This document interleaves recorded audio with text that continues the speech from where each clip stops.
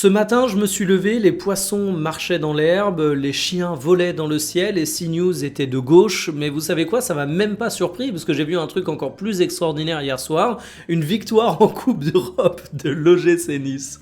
Et oui, les Niçois ont enfin renoué avec le succès. Alors ça ne changera rien à leur destin européen tellement ils ont pris des retards de points, mais en attendant, ça fait 3-1. Voici les compositions pour ce match miraculeux.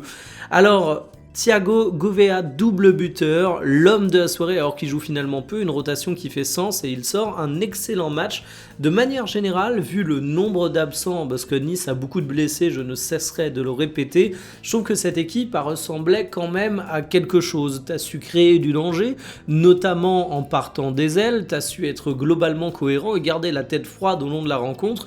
Et il fallait garder la tête froide, il fallait être réaliste parce que ça n'a pas non plus été un match en mode démonstration, c'est bon, Nice arrive enfin à pratiquer un football à la hauteur des attentes.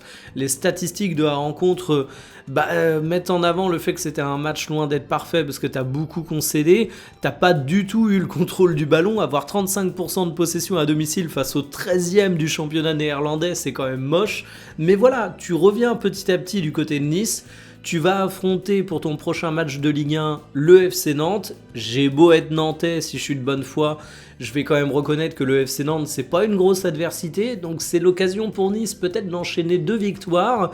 C'est comme ça que tu remets en place une équipe en route. Et franchement, les Niçois sont capables de faire des choses moins mauvaises que ce qu'ils ont montré jusqu'à présent. Donc j'espère que c'est le début d'une bonne dynamique pour eux. Enfin, j'espère pas, parce que ça voudrait dire défaite de mon FC Nantes, mais vous m'avez compris.